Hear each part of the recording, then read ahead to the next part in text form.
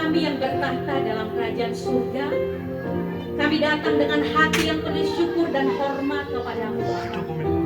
Terima kasih untuk nafas kehidupan, kasih setia dan penyertaan-Mu yang tidak pernah berkesudahan dalam hidup kami. Saat ini kami datang bukan karena kekuatan atau kelayakan kami, tetapi semua oleh karena kasih karunia-Mu yang besar dalam hidup kami, Bapa. Terima kasih Bapa yang baik. Kami menguduskan tempat ini dengan nama yang penuh kuasa, nama Yesus Kristus Tuhan yang kami sembah. Kami percaya ketika kami berkumpul dalam nama Tuhan Yesus Kristus, Engkau hadir di tengah-tengah kami, Bapa. Bapa yang baik, kami mengundang hadirat-Mu memenuhi setiap tempat ini, setiap sudut dari ruangan ini. Biarlah kemuliaan-Mu nyata, buat kuasa-Mu Tuhan Yesus bekerja, dan Roh Kudus-Mu bergerak dengan leluasa di tengah-tengah ibadah kami ini, Bapa. Bapa kami dalam surga, kami mengikat setiap roh yang tidak berasal daripada Tuhan, setiap gangguan kekhawatiran dalam segala bentuk Tuhan Yesus, segala kuasa kegelapan dalam nama Tuhan Yesus kami tolak itu Tuhan Yesus. Kami percaya hanya nama-Mu Tuhan yang ditinggikan di tempat ini. Terima kasih Bapa yang baik. Biarlah damai sejahtera surga memenuhi setiap hati kami, sehingga kami dapat beribadah dengan roh dan kebenaran. Berkati setiap pelayanan yang mengambil bagian dalam ibadah ini Tuhan, mulai dari pemimpin pujian, pemain musik, pendoa, pembawa firman, bahkan semua kami yang hadir pada saat ini Tuhan memberkati. Terima kasih Bapa yang baik. Urapi setiap pelayanan kami dengan kuasa Roh Kudus, sehingga setiap yang dilakukan hanya untuk kemuliaan Tuhan. Terima kasih Bapa yang baik. Terpuji nama-Mu Tuhan. Kami mau lebih lagi masuk dalam hadirat-Mu. Haleluya. Sama-sama katakan amin. Puji nama Tuhan. Silakan duduk Bapak Ibu. Kita bersyukur karena Tuhan baik. Amin. Dia sangat baik dalam kehidupan kita. Apapun yang terjadi, apapun keadaan kita tetap punya Tuhan yang besar, Tuhan yang penuh kuasa. Iman kita tetap percaya, iman kita tetap kuat, karena ada Tuhan yang selalu menyertai kita. Mari Bapak Ibu, angkat hati di hadapan Tuhan. Kami datang di hadapan-Mu, bawa syukur kami, bawa pujian kami naikkan padamu.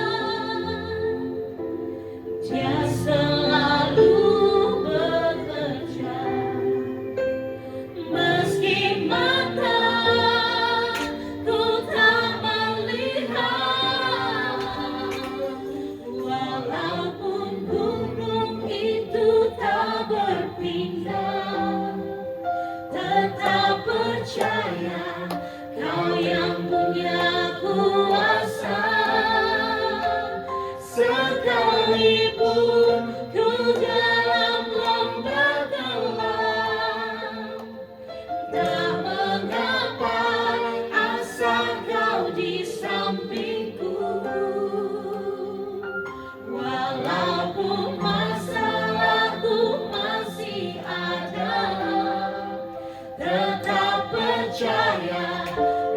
rencanamu terindah, pribadimu takkan pernah berubah. Iman yang aku pegang padamu Tuhan yang setia. Kami hanya punya iman berpengharapan kepada Engkau Tuhan Yesus. Terima kasih.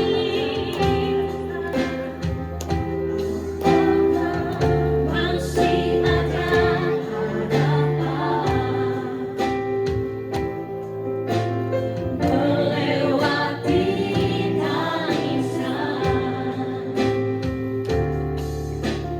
rasa sesak di dada. Namun iman kami berkata, imanku berkata,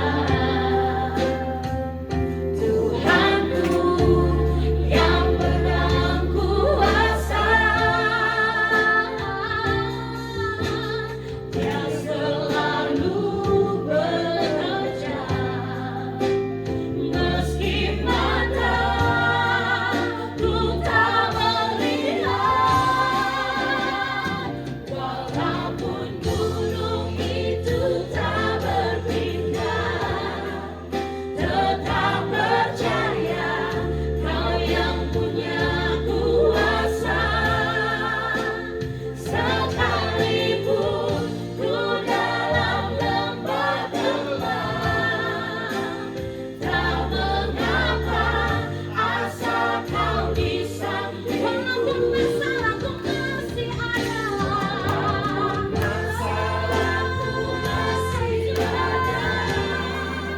tetap percaya rencanamu terindah, pribadimu takkan pernah berubah. Iman yang aku pegang padamu Tuhan yang setia. Mari langsung bersama dengan pujian. Jiwaku berkata, jiwaku bertanya, apakah masih ada harapan melewati tangisan, rasa sesak di dada. Namun iman kami kuat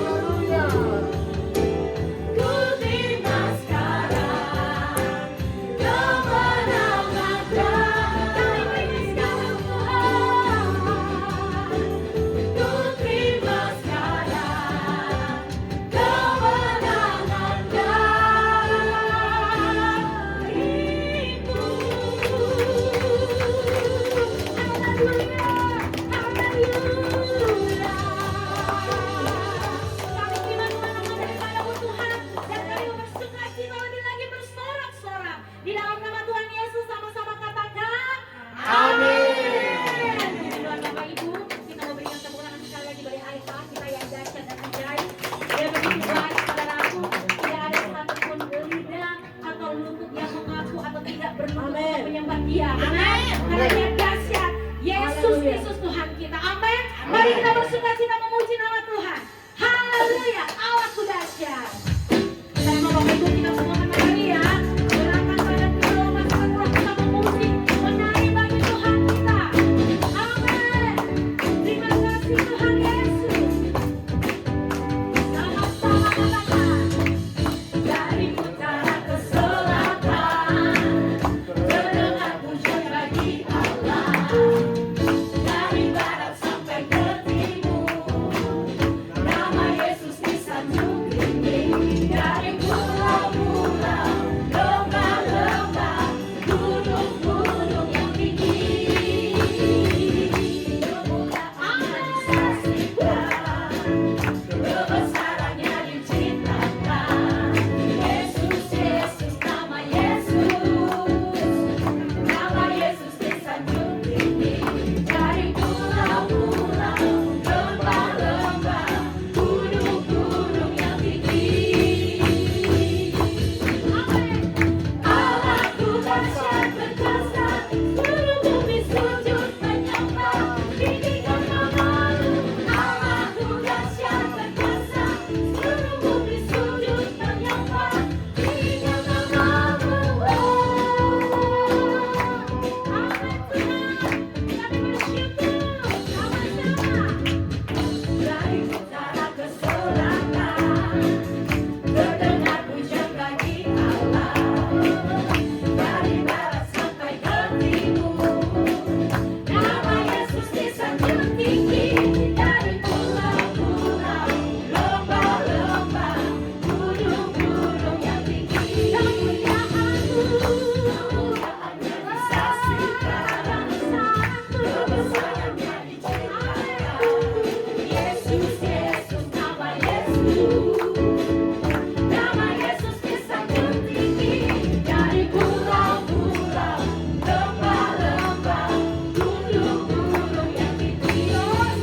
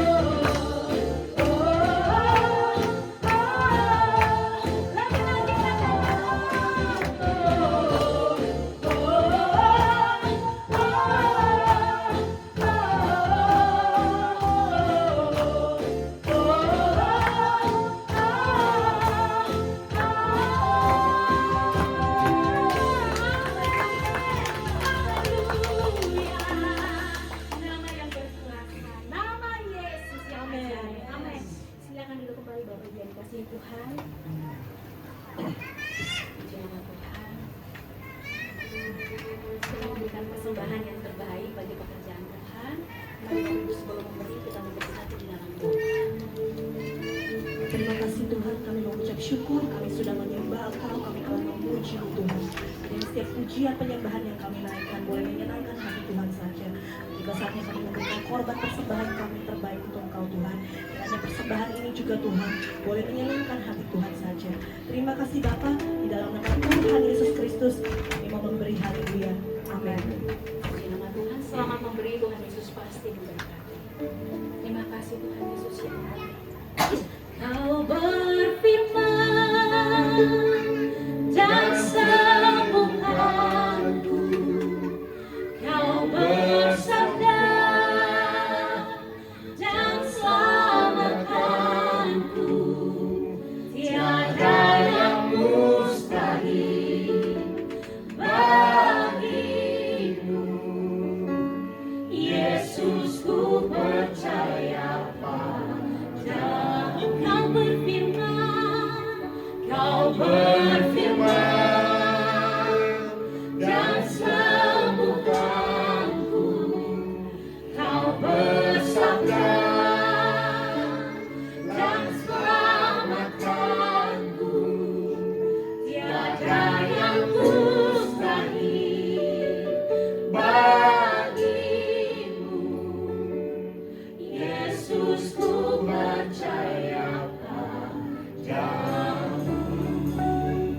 Dengan iman katakan pujian itu, apapun yang terjadi, apapun yang terjadi dalam hidupku ini, tak pernah ku ragukan kasih-Mu Tuhan.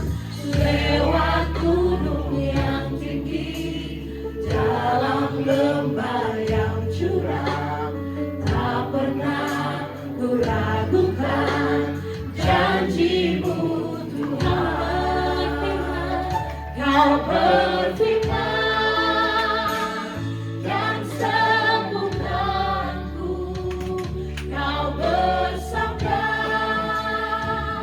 dan selamatkanku.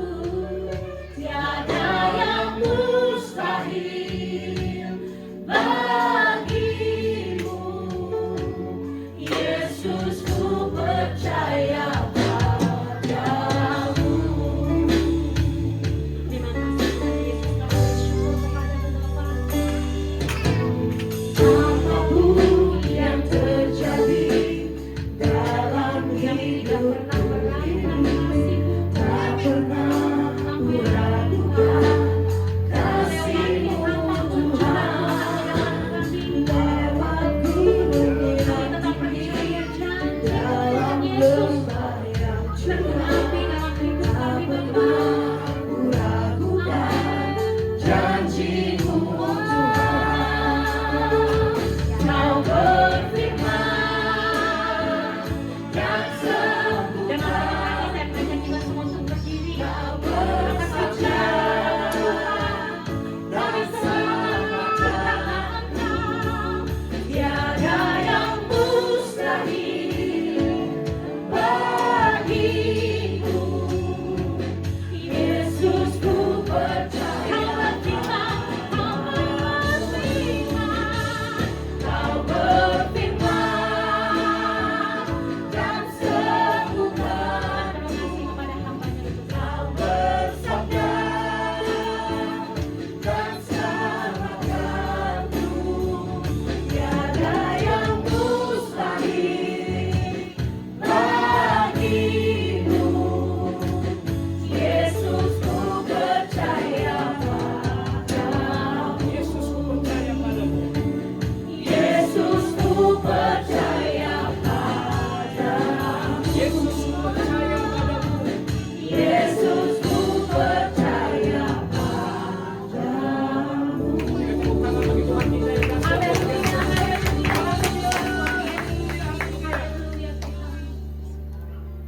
Kami bersyukur ya Tuhan untuk kasih setia-Mu yang terus kami rasakan hari demi hari.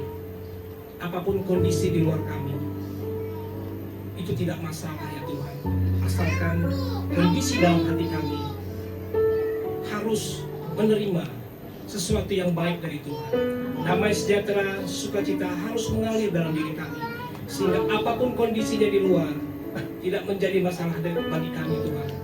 Tetapi Tuhan Yesus kau memberikan kekuatan bagi kami hingga hari ini adalah bukti nyata bahwa Engkau sungguh baik dan sangat baik bagi setiap kami. Kami merendahkan diri di hadapan-Mu ya Tuhan. Komunitas Blessed Community, kami bersyukur ya Tuhan. Sampai hari ini kami berdiri, kekuatan dari Tuhan sungguh nyata. Untuk itu Bapa, mari terus perlengkapi kami Tuhan. Terus baharui kami ya Tuhan. Sentuh pikiran kami, hati kami menjadi yang baru di hadapan Tuhan. Kami rindu firman kebenaran yang akan kami dengar pada sore hari ini Tuhan. Sungguh mengubahkan kami menjadi manusia baru, menjadi pribadi-pribadi yang berkenan di hadapan Tuhan. Itu yang Engkau mau dalam kehidupan kita. Selama masih ada waktu, inilah kesempatan bagi kami untuk bertobat, berubah, dan menjadi baru dalam Tuhan. Terima kasih Tuhan, kami sambut firman-Mu dengan ucapan syukur, dengan sukacita. Di dalam nama Yesus kami berdoa. Haleluya. Amin. Kita tepuk tangan sekali lagi, silakan duduk. Bapak Ibu, saudara-saudara, shalom. Bagaimana kabarnya? Luar biasa, puji Tuhan. Tuhan baik bagi kita. Amin, Bapak Ibu. Baik, Bapak Ibu kasih Tuhan. Hari ini kita akan belajar ya, tentang tema yang cukup menarik buat kita, karena firman Tuhan itu harus relate ya, harus sesuai dengan keadaan kita gitu ya. Nah, hari ini kita akan belajar tentang damai sejahtera di tengah badai.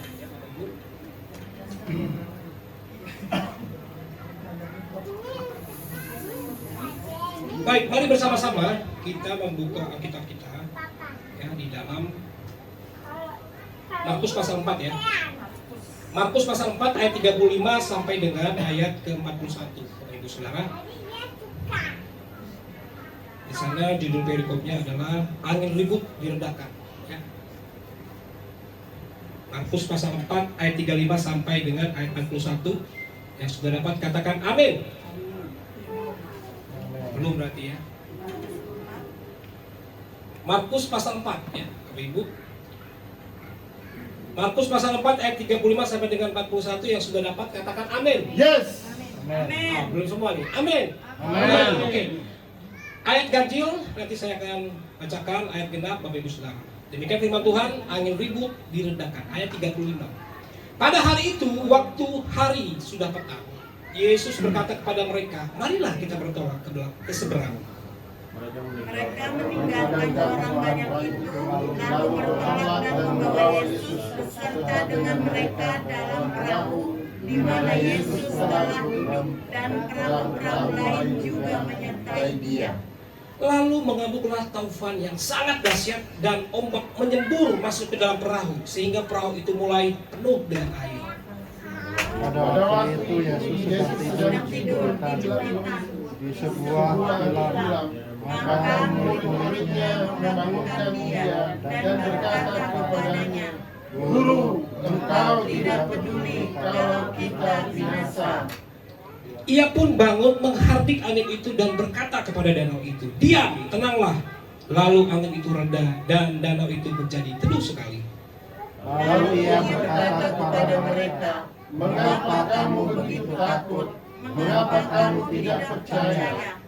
Mereka menjadi sangat takut dan berkata seorang kepada yang lain, siapa gerangan orang ini sehingga angin dan danau pun taat kepadanya.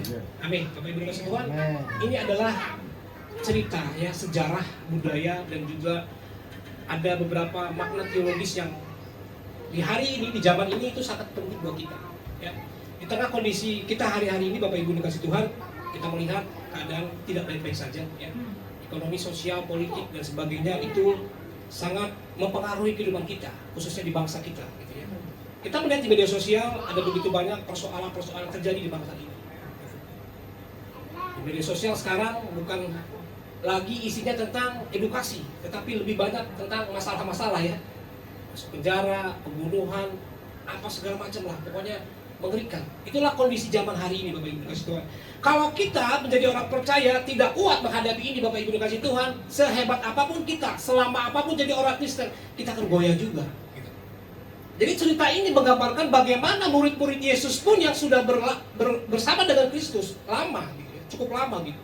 Tapi ketika mereka menghadapi badai, goncangan yang hebat itu, takut juga mereka. Ini berarti manusia sehebat apapun Bapak Ibu dikasih Tuhan, kalau sedang menghadapi masalah yang sangat-sangat berat, pasti goyah juga gitu. Goncang juga Bapak Ibu dikasih Tuhan. Untuk itu, kita sebagai orang percaya, kita tidak bersandar kepada kekuatan kita sendiri, tapi firman Tuhan berkata bahwa terkutuklah orang yang mengadakan kekuatannya sendiri. Betul nggak? Dari Yeremia dikatakan apa? Tetapi diberkatilah orang yang mengadakan Tuhan. Itu udah jelas Bapak Ibu dikasih Tuhan. Sekarang kita cek diri kita, apakah selama ini kita benar-benar mengandalkan Tuhan atau mengandalkan kekuatan kita sendiri. Terkutuk itu nggak harus langsung jadi batu Bapak Ibu. Ya. Terkutuk itu nggak langsung tiba-tiba bagaimana gitu ya. Enggak, itu ada pada prosesnya. Nah, jadi ini mengerikan Bapak Ibu. Ternyata dengan status kita hari ini Bapak Ibu, ini penting. Status kita hari ini menentukan apakah kita bisa melewati badai, krisis atau tidak. Bapak Ibu kasih Tuhan. Nah, kita akan belajar Bapak Ibu.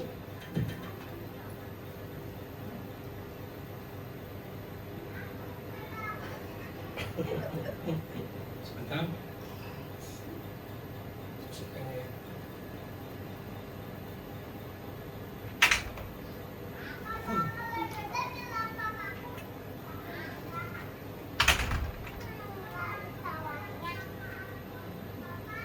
Kayaknya nggak bisa ini, coba di. Oh ya. Oke, Bapak Ibu kasih Tuhan, apa itu damai sejahtera? Kita sering sekali ya berkata damai sejahtera, berdoa damai sejahtera, minta Tuhan memberikan damai sejahtera. Nah, damai sejahtera itu apa? Bapak Ibu kasih Tuhan. Ternyata damai sejahtera itu dalam perjanjian lama dan perjanjian baru itu berbeda ya. Sering kita berkata shalom. Shalom itu bukan hanya ucapan halo, bukan. Tapi shalom itu berbicara tentang apa? Utuh, sehat, aman, makmur, dan selamat Bapak Ibu kasih Tuhan. Jadi waktu kita berkata shalom, ada kata-kata ini Bapak Ibu. Jadi shalom itu datangnya dari Tuhan. Ya, ada utuh, ya. Coba saya tanya sebelumnya. Sehat, aman, makmur, dan selamat. Ini arti kata shalom itu. Ya. Luar biasa kata shalom itu ya. Jadi shalom itu bukan hanya damai sejahtera, inilah damai sejahtera. Ada keutuhan, ada kesehatan, ya. Berbicara tentang keamanan, kenyamanan, kemakmuran juga, ya. Dan juga yang terakhir adalah keselamatan. Tapi dalam perjanjian baru itu berbeda Bapak Ibu. Ada pergeseran makna ternyata. Ya. Jadi kalau perjanjian lama ini berakar pada pemulihan kondisi fisik, lingkungan, dan ketaatan kepada hukum. Makanya orang Israel kalau mau menerima damai sejahtera daripada Allah, mereka harus taat kepada hukum. Orang Kristen itu sekarang nggak ada hukumnya sebenarnya. Nggak ada Bapak Ibu kasih Tuhan. Hukum kita cuma hukum yang pertama dan utama itu. Tidak ada hukum tertulis. Kalau di negara itu kan bisa ada hukum tertulis ya. Kalau hukum Islam ada. Tapi hukum Kristen tuh nggak ada Bapak Ibu kasih Tuhan. Kayak di negara-negara Eropa ya, yang bendera-bendera salib itu Bapak Ibu. Mereka memisahkan yang namanya hukum agama dengan hukum negara. Jadi berbeda Bapak Ibu. Kekristenan ini sekarang udah gak ada lagi hukumnya. Karena hukum Taurat sudah digenapi dalam Kristus. Tetapi Bapak Ibu, sekarang adalah bagaimana sebenarnya kondisi hati kita, gitu loh. Keadaan kita. Apakah ketika tidak ada hukum tertulis, kita mau patuh kepada Tuhan, masih taat kepada Tuhan, dan mengasihi Tuhan dengan segenap hati kita. Nah, jadi ini perbedaannya Bapak Ibu. Jadi kalau perjanjian lama berakar pada pemulihan kondisi fisik, lingkungan, dan ketaatan kepada hukum. Masalah.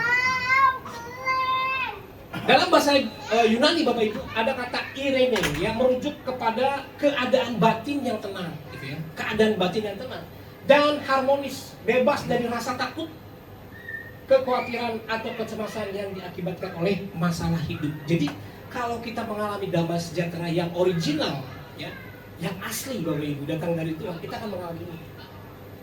Jadi ternyata damai sejahtera itu tidak akan dipengaruhi oleh lingkungan. Tidak ada ceritanya damai sejahtera dari Tuhan itu bisa terpengaruh. Oh, saya jadi nggak damai sejahtera nih gara-gara misalkan ada orang yang ngomongin kita, gitu. Ya. Atau apapun itu Bapak Ibu. Tidak berpengaruh ternyata karena damai sejahtera, ya. Karena ini adalah keadaan batin kita yang tenang, gitu. Makanya penting bagi kita hari ini Bapak Ibu, orang-orang percaya, orang Kristen memiliki benar-benar damai sejahtera itu. Karena dikatakan bahwa salah satu daripada buah roh itu adalah damai sejahtera. Ternyata ada pekerjaan Roh Kudus dalam diri kita. Benar-benar bisa memberikan damai sejahtera bagi setiap kita. Next slide. Dalam perjanjian baru fokusnya bergeser ya pada ketenangan batin dan pendamaian rohani antara manusia dengan Allah melalui pengorbanan Yesus Kristus. Ya, jadi ternyata ketenangan batin itu kita peroleh hari ini ketika kita merasakan kasih Tuhan. Persoalannya bagi kita orang Kristen adalah hari ini Bapak Ibu kasih Tuhan, mereka ingin memiliki ketenangan, ya, kenyamanan di dalam hidupnya, tapi tidak pernah terkoneksi dengan Tuhannya yang memberikan damai itu. Sehingga kita lari dari damai sejahtera Tuhan. Ya, kita lari mencari damai sejahtera yang lain. Damai sejahtera itu banyak Bapak Ibu. Yesus bilang ini, damai sejahtera yang kuberikan kepadamu tidak sama seperti yang dunia berikan. Betul nggak? Berarti ada damai sejahtera yang model-model lain tuh. Orang kan sekarang kan mencari kebahagiaan ya. Kalau kita bahasakan seperti orang Kristen, damai sejahtera itu ya, adalah kebahagiaan sebenarnya, betul nggak?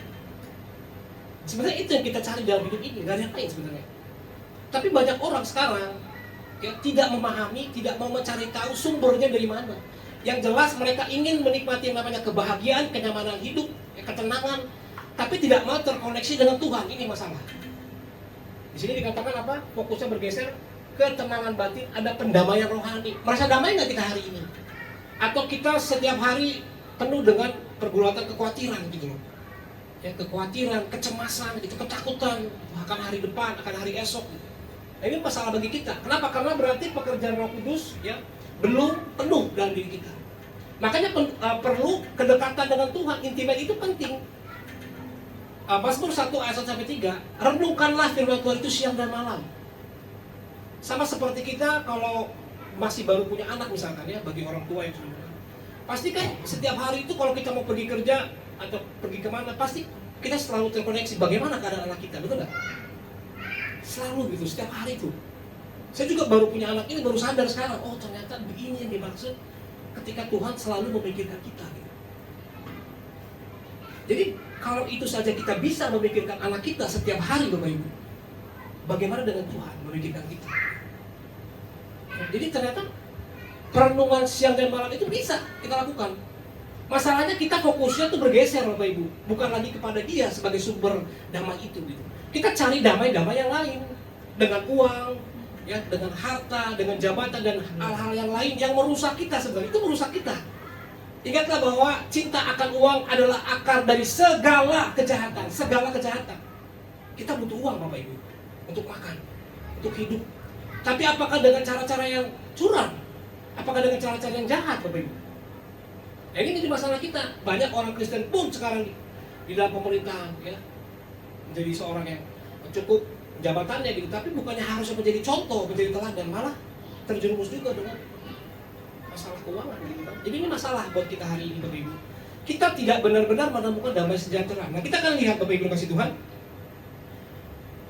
di dalam cerita ini. Yang pertama Bapak Ibu, ya, damai sejahtera datang ketika Yesus ada di perahu kehidupan kita. Amin. Damai sejahtera itu datang ketika Yesus ada di perahu, ya, perahu kehidupan kita. Pertanyaannya bagi kita adalah, ada nggak Yesus dalam diri kita sekarang? Kalau ada Yesus, ada damai sejahtera, karena itu tidak bisa dipisahkan. Yesus adalah damai sejahtera itu. Kalau kita mau memisahkan Yesus dengan damai sejahtera, maka kita nggak bisa dapatin apa yang Tuhan harus berikan bagi kita gitu. Kita ini kan umatnya ya. Nah, Bapak Ibu kasih Tuhan, cerita ini ya sungguh menarik sebenarnya. Kenapa? Karena yang pertama ngajak itu bukan murid-muridnya. Yang pertama ya, betul nggak? Yang ngajak siapa?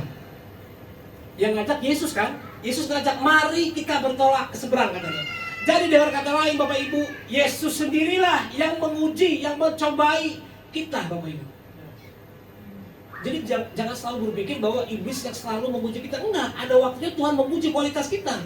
Sejauh mana sih kita bisa tenang gitu loh. Karena kehidupan ini punyanya Dia sumber segala kehidupan. Jadi kalaupun Dia mau membawa kita ke dalam lembah, ya, di dalam badai gitu, pasti ada maksudnya Bapak Ibu. Makanya dalam cerita ini Bapak Ibu, lihat. Secara manusia Yesus tidur, betul nggak? Yes. Manusia capek dari pelayanan Bapak Ibu. Tapi secara keilahiannya dia nggak pernah tidur. Tuhan itu nggak pernah tidur. Kalau kita bicara Tuhan, Tuhan itu gak pernah tidur. Gak pernah dia tidur. Tapi kalau dia tidur berarti dalam kondisi kemanusiaannya. Makanya Yesus adalah 100% manusia dan 100% Allah. Dia Allah secara manusia. Secara keilahiannya dia tahu gitu loh, bahwa nanti akan ada badai Bapak Ibu. Nah perlu kita ketahui Bapak Ibu, ternyata di Galilea itu ya, luas tingginya gitu ya 210 dari permukaan laut Bapak Ibu. Dan di Galilea itu, di sekitar Galilea itu banyak bukit, gunung-gunung. Cuacanya dingin Bapak Ibu. Tetapi danau Galilea itu hangat. Jadi kemungkinan besar bisa terjadi yang namanya ombak tadi. Masalahnya adalah murid-murid ini profesional dalam nelayan kan, bukan kaleng-kaleng. Mereka ini udah hidup bertahun-tahun, bapaknya mereka, kakeknya mereka, mungkin mereka nelayan semua, profesional. Tapi kok takut masalahnya, betul nggak? Yakobus, Petrus itu mereka hebat Bapak Ibu. Sebagai nelayan, dia tahu konsekuensinya kalau sedang ke tengah danau gitu. Apa konsekuensinya? Tenggelam kan? Jadi udah tahu mereka sebenarnya. Tapi kenapa pada saat itu mereka sangat takut? Karena memang benar-benar goncangan badainya itu besar sekali Bapak Ibu. Bayangin sejago-jagonya mereka nelayan nih yang sudah lama ya. Tetapi ada masanya ketika mereka menghadapi kok badainya beda gitu, kira-kira seperti itu. Kok ini badainya beda nih? Bangunkan Yesus gitu. Yesus dibangunin, disuruh bangunin Bapak Ibu. Padahal Yesus sedang tidur. Gitu kan? Saking takutnya Bapak Ibu. Kadang kita gitu. Ya, dalam kehidupan kita ya, terkadang ada masalah yang tiba-tiba muncul Bapak Ibu, betul nggak? Masalah yang kok bisa seperti ini gitu. Kita akan menghadapi itu.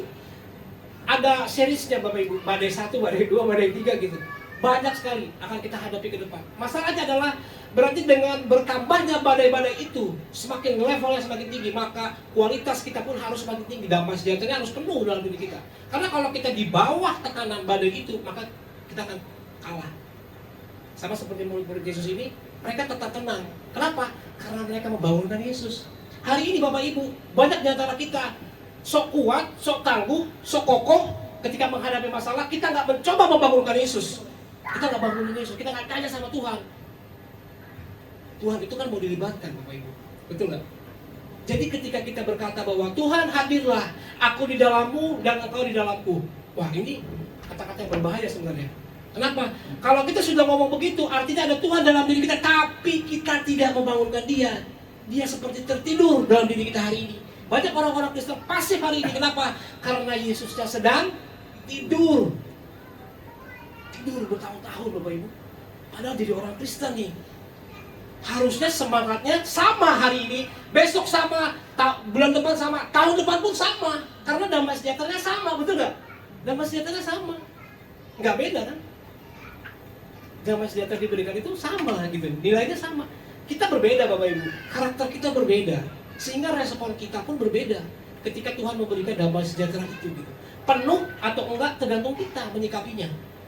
Banyak orang Kristen pun kelihatannya seperti yang punya banyak masalah, atau yang seperti nggak kelihatan banyak masalah, padahal masalahnya segunung Bapak Ibu. Tapi dia santai aja gitu loh. Bukan berarti dia nggak mikirin ya, kok kamu kelihatannya tenang sih, padahal masalah, dia tahu masalahnya mungkin berat sekali gitu, besar sekali, tapi kok kamu santai aja, tenang aja. Oh iya dong, Yesusnya hidup, Yesusnya udah bangun ya. Jadi jangan sampai Bapak Ibu seperti murid-murid Yesus ini ya, mereka takut. Memang dimarahin sih, gak apa-apa dimarahin deh, tapi selamat Bapak Ibu, betul gak? Daripada gak selamat ya. Nah, jadi yang pertama adalah damai sejahtera datang ketika Yesus ada di kehidupan kita. Yesus ada di dalam diri kita hari ini. Apakah kita benar-benar melibatkan Dia selalu Bapak Ibu? Ingat bahwa Galatia 2:20, kamu hidup, namun kamu hidup bukan berarti bukan kamu lagi yang tinggal, tetapi Kristus yang tinggal, betul gak? Kristus tinggal, berarti Dia ada di dalam kita sekarang. Kok kita nggak ngerasakan damai sih? Kok kita nggak ngerasakan sukacita sih? Ini ada masalah berarti Bapak Ibu. Jangan sampai status kita sebagai orang Kristen, status kita sebagai pelayan, sebagai hamba Tuhan dan sebagainya, ya, tapi kita tidak menemukan damai sejahtera yang asli dari Tuhan. Ingat bahwa Tuhan bilang, damai sejahtera yang kuberikan kepadamu tidak sama seperti damai sejahtera yang dunia berikan. Dunia memberikan juga, menawarkan damai sejahtera yang mereka kasih. Nih, damai, nih ketenangan, nih kenikmatan. Tapi dari Tuhan itu Bapak Ibu, mungkin hari ini kita melihat kok Tuhan kasihnya seperti ini, kok tetap saya merasakan kesulitan, kesusahan gitu. Tapi lihat, ada namanya kairos, waktunya Tuhan. Betul nggak Bapak Ibu? Harus sabar. Tabur tuai itu ada waktunya. Ada waktu kita menabur, ada waktu kita menuai. Tinggal tunggu waktunya saja. Masalahnya adalah sabar atau tidak Bapak Ibu. Atau kita tergesa-gesa seperti murid-murid ini. Kalau tergesa-gesa, tenggelam mereka ini. Sebenarnya ceritanya udah berbeda tuh. Karena tergesa-gesa. Tapi untungnya mereka langsung ambil keputusan, bangunkan Yesus. Bangunkan Yesus. Ya, jadi yang pertama Bapak Ibu, damai sejahtera datang ketika Yesus ada di perahu kehidupan kita. Markus 4 ayat 38, murid-murid panik karena lebih fokus kepada besarnya apa? Badai, besarnya badai daripada kehadiran Yesus. Mereka lupa Yesus ada ternyata lagi tidur. Pada saat itu kan mereka belum sepenuhnya percaya bahwa Yesus itu adalah Tuhan. Makanya dia bilang apa? Guru kan. Tapi di akhir cerita ini, di ayat terakhir cerita ini, mereka bilang apa? Siapakah orang ini? Betul gak? Siapakah orang ini? Gitu. Sehingga badai pun tenang. Gitu. Karena mereka ini dalam proses mengenal Tuhan, Bapak Ibu. Murid-murid ini dalam proses mengenal Tuhan. Hari ini pun kita sama. Mungkin kita selalu nyaman hidupnya karena mungkin orang tua kita mapan dan sebagainya ya. Kita belum pernah mengalami hal yang sulit mungkin Bapak Ibu.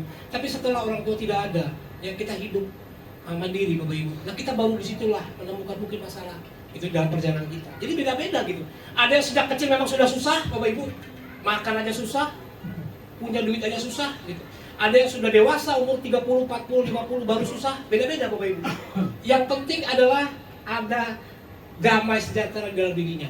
Ini yang membedakan. Nah, jadi jangan sampai kita fokus kepada besarnya badai. Terkadang kita memang sebagai manusia ya Bapak Ibu, kita sering kita harus jujur Bapak Ibu, kita sering fokus kepada persoalan yang besar. Padahal kita lupa ada Tuhan yang lebih besar dari masalah itu. Masalahnya kita gini Bapak Ibu, kita kan berpikir kritis gini. Apakah ketika nanti kalau kita fokusnya kepada Tuhan yang besar itu, masalah kita langsung clear, betul nggak? Kita ini jadi kayak tebak-tebakan gitu, kira-kira seperti itu. Benar nggak sih kalau saya percaya sepenuhnya kepada Tuhan, masalah saya akan beres? Banyak manusia ternyata ragu Bapak Ibu, betul nggak? Ragu dia tidak mempercayai bahwa Tuhan yang besar itu sanggup menolong dirinya. Kalau semua orang percaya, wah nggak akan ada masalah Bapak Ibu. Ini masalahnya kan berbeda.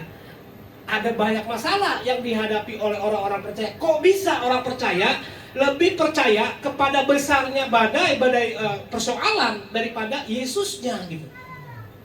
Kenapa persoalannya Yesusnya nggak besar? Berarti ada masalah dalam diri kita tadi Bapak Ibu. Hubungan tadi gitu loh, hubungan itu kan harus dibangun Bapak Ibu. Kita ini menyembah Tuhan bukan menyembah seperti berhala-berhala, bukan. Kristen ini bukan agama Bapak Ibu. Agama itu usaha manusia mencari Tuhan. Tapi kekristenan usaha Tuhan mencari manusia.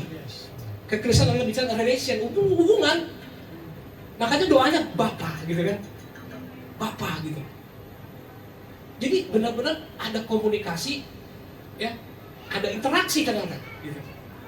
Nah, masalahnya gini Bapak Ibu, sudahkah kita memahami cara kita untuk mengenal Dia? Atau kita merasa bahwa kita sudah cukup mengenal Dia? Tahu dengan mengenal itu beda. Mengenal dalam bahasa Yunani-nya ginosko Bapak Ibu. Ginosko itu sama seperti kulit menyentuh kulit Bapak Ibu. Seperti suami istri Bapak Ibu. Itu namanya ginosko. Atau dalam bahasa Ibrani-nya yada gitu. Jadi benar-benar kita dekat gitu. Jadi kalau namanya dekat tersentuh kan berarti kita merasakan kan, betul kan? Ada energi Bapak Ibu. Makanya hari ini kita bermasalah karena energi kita bukan energi yang datangnya dari Tuhan, bukan. Energi negatif, ya, energi buruk, energi jahat yang hadir dalam diri kita. Sulit kita mempercayai kuasa Tuhan, sulit. Banyak orang percaya inginnya instan Bapak Ibu. Padahal cuma mie instan doang sama kopi instan doang yang paling cepat. Tapi kalau kehidupan nggak bisa. Ada waktunya Bapak Ibu. Makanya harus butuh kesabaran tingkat tinggi nih. Gimana orang Kristen bisa sabar menghadapi badai bertahun-tahun? Oh bisa. Kalau ada Yesusnya. Amin. Kalau ada Yesusnya bertahan aja. Karena Tuhan pun tahu Bapak Ibu kualitas kita.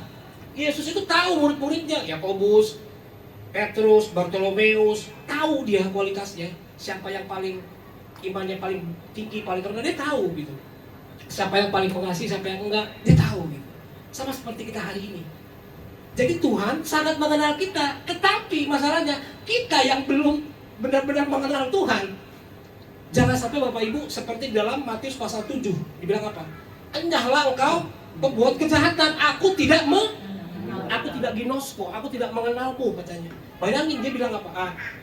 Orang-orang itu bilang, aku sudah menyembuhkan demi namamu, aku sudah bernubuat demi namamu. Jadi artinya gini, dia merasa dikenal oleh Tuhan.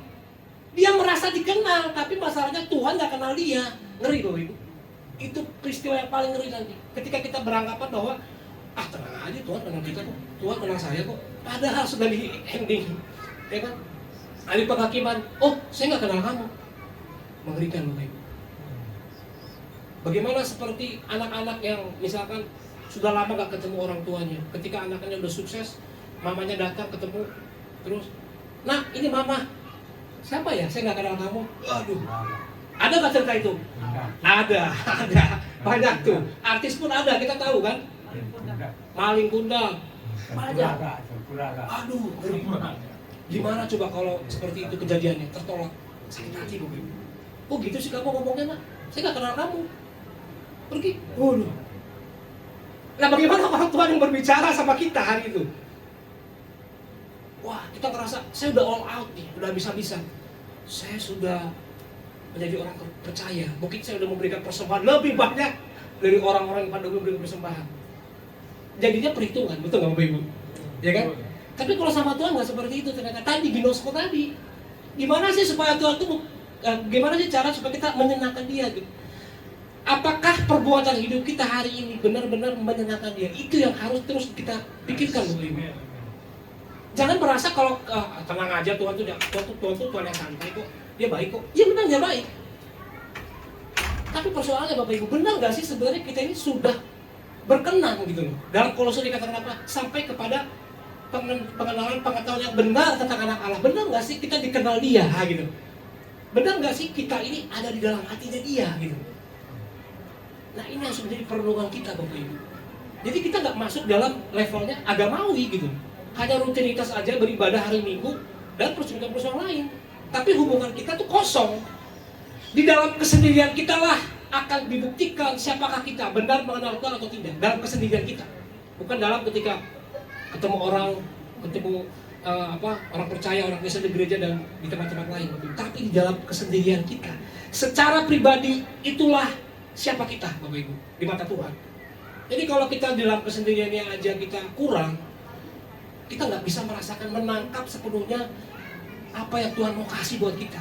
Ingat Bapak Ibu, Tuhan nggak kasih apa-apa selain damai sejahtera dan sukacita serta di dalam buah roh itu. Itu aja yang Tuhan kasih. Itulah hartanya Dia yang Dia kasih. Jadi warisan yang penting hari ini bagi anak-anak kita bukan tanah ataupun uang, betul nggak? Banyak kan sekarang orang tua melegasikan warisan, betul nggak? Tapi lupa bahwa orang tua harus mewariskan iman. Jadi sebelum dia dipanggil Tuhan, harus diwariskan imannya sama anak-anaknya. Itulah harta yang terbesar yang bisa diberikan orang tua bagi anak-anaknya. Kalau uang bisa habis, bisa ribut. Sekarang aja pada lapor-lapor polisi, ada bersaudara gitu loh. Mamanya dilaporkan polisi, kakaknya dilaporkan polisi, gara-gara apa? Bagi hartanya kurang rata Bapak Ibu. Dari dulu, dari Alkitab sendiri berkata ya, sejak pembagian tanah itu selalu ada keributan. Sampai hari ini kita lihat, bahkan saudara sendiri bisa dibunuh gara-gara itu mereka. Jadi kalau ada damai sejahtera, cuma beda-beda sepetak, kasih aja udahlah. Ya kan, ngapain sih kita ribut Bapak Ibu? Orang Kristen itu cinta damai, anak-anak Allah cinta damai, kan gitu kita bilang. Cinta damai. Bukannya malah kalau lu bisa berbuat itu, gua bisa lebih lagi. Berarti belum ada damai sejahtera. Itulah proses kita. Mungkin kita pun masih mengalami yang namanya ego gitu loh. Tapi proses Bapak Ibu tadi, hubungan tadi, kita akan dihancurkan keegoannya oleh Tuhan ketika kita benar-benar mau memberi diri kita. Ya, next slide. Yang kedua Bapak Ibu, damai sejahtera datang ketika kita percaya kepada kuasa. Ini banyak orang Kristen Bapak Ibu orang-orang percaya hanya sebagai statusnya pengikut Kristus, murid Kristus, tapi tidak percaya kuasanya. Ragu. Makanya murid-murid Yesus dimarahin. Kamu gak percaya. Artinya gini, Bapak Ibu, ternyata ketika mengikut Kristus, kuasa Kristus itu bisa diterima loh. Kalau kita melihat cerita tadi ya, ternyata murid-murid Yesus ketika mengikut Yesus itu, secara tidak langsung kuasa itu bisa diterima oleh murid-muridnya. Tapi masalahnya mereka nggak tahu, sehingga mereka nggak menggunakan itu. Makanya Yesus bilang apa? Kamu tidak percaya. Ya, jadi yang kedua adalah damai sejahtera datang ketika kita percaya kepada kuasa, Bapak Ibu. Percaya nggak kita kepada kuasa Tuhan? Percaya. Percaya kepada kuasa Tuhan itu kan butuh waktu, Bapak Ibu. Betul nggak? Dalam proses kita mengenal Tuhan, baru kita sadar ternyata ada kuasa yang mengalir. Roh Kudus bilang, Kisah Rasul pasal 1 ayat 8 dikatakan apa? Kalau Roh Kudus turun atasmu, kamu akan diberi kuasa.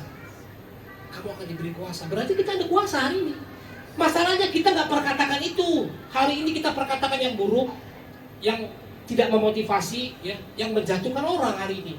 Orang-orang tua sekarang bilang sama anaknya, kamu bodoh, kamu goblok, kamu gak akan sukses, kamu gak akan maju. Lihat aja nanti kalau kamu akan terkutuk gitu. Jadi kata-kata itu yang merusak, Bapak Ibu, bukan kata-kata yang baik. Harusnya kata-kata firman. Nah, kuasa ini sejalan dengan firman, Bapak Ibu. Ya. Jadi kuasa itu sejalan dengan firman yang kita kenal, yang kita tahu. Kalau kita nggak sejalan dengan firman, maka nggak ada kuasa. Firman itu datang dari mana, Bapak Ibu? Firman datang ketika kita mengenal Dia kan, melalui iman.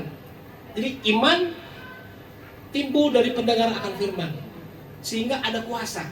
Ketika kita mengulang-ulang kata-kata itu, maka terjadilah sesuai dengan apa yang kita imani. Kayak gitu. Jadi kuasa itu ternyata bukan sesuatu yang spektakuler, biasa sebenarnya. Hanya mungkin kita tidak menggunakan itu, kita tidak tahu caranya. Nah, jadi Bapak Ibu kasih Tuhan,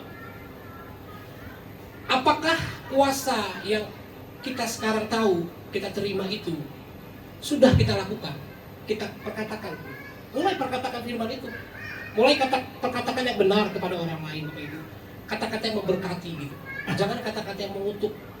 Karena ingat Bapak Ibu, di dalam kata-kata itu Alkitab bilang ada kuasa.